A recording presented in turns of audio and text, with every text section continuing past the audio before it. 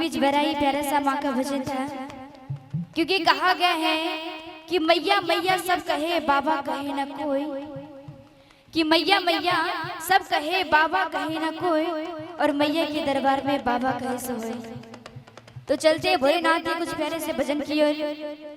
और यहाँ पे जितने भक्तजन हैं, एक बार चाहूंगी कि दोनों हाथ खड़े करके भोलेनाथ के नाम पे जयकारा हो जाए ना। जितने भी है सबको एकदम दोनों हाथ खड़े कर ले। हेलो हेलो, जयकारा लगाने में कंजूसी नहीं, क्योंकि शिव के सच्चे भक्त वही होते हैं जिनके कांधे पे कामर होता है। शिव के सच्चे भक्त वही होते हैं जिनके कांधे पे कामर होता है, और जयकारा में ताली वही बजाते हैं जिनके हाथों में पावर होता है। आइए आपके बीच अमीषा जी, एक बार दोनों हाथ लंबे लंबे खड़े होके एकदम, क्योंकि आप लोग को तो भगवान जी ने दोनों लंबे लंबे और सुंदर सुंदर हाथ दिए ना। एक बार दोनों हाथों खड़े कर लेंगे।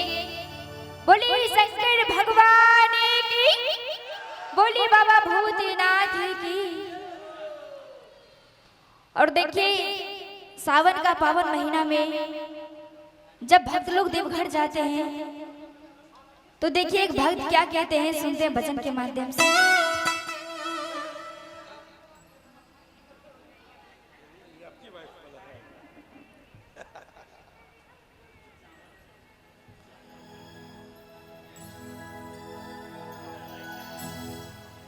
और देखिए बड़ा इस सुंदर भाव में कहा गया है क्या, अरे आप लोग जिस सब कोई को मीठी मीठी ताली से साथ देना है ना,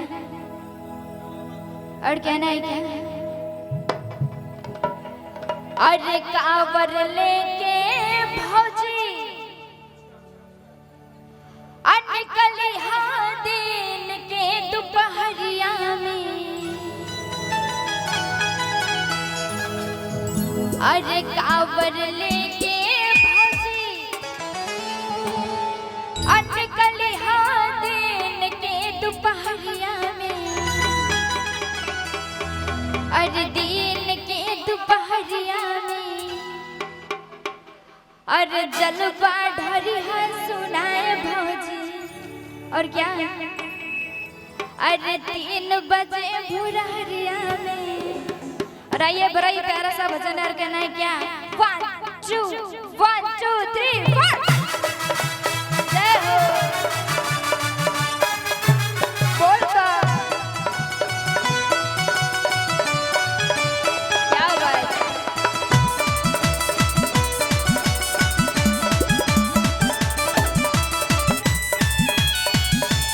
जय हो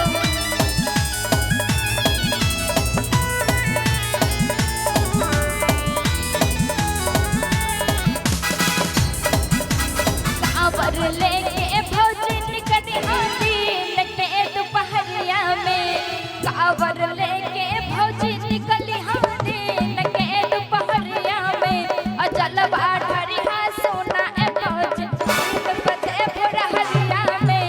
तो भोले बाबा पर जलवा ढरी हाँ 3 बजे भोरहरिया में, बोल बम नारा लगई हाँ झुंड के कांवरिया में, बोल बम नारा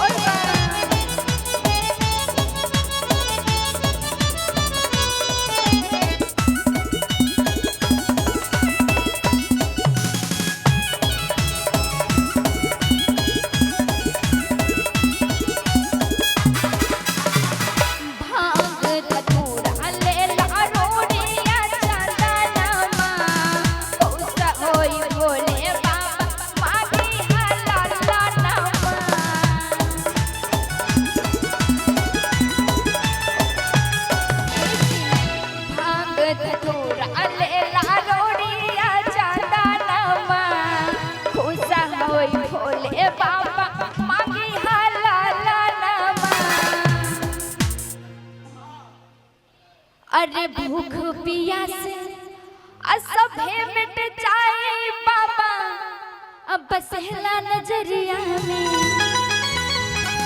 अरे भूख पियास सभे मिट जाए बाबा बसहला नजरिया में। भूख पियास सभे मिट जाए बाबा बसहला नजरिया में। जलवा ढारिहा सोना ए भौजी 3 बजे भोरहरिया में। भोले बाबा पर जलवा ढारिहा 3 बजे भोरहरिया में। जय हो बोली शंकर भगवान की।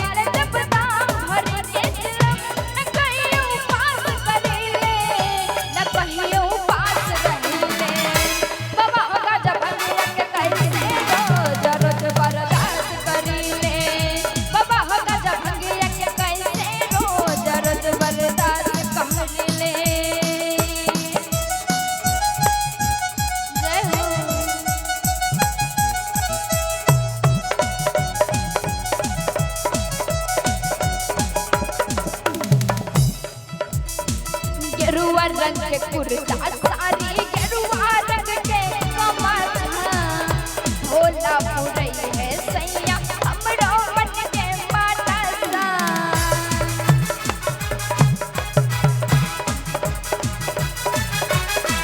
गेरुआ रंग के कुर्ता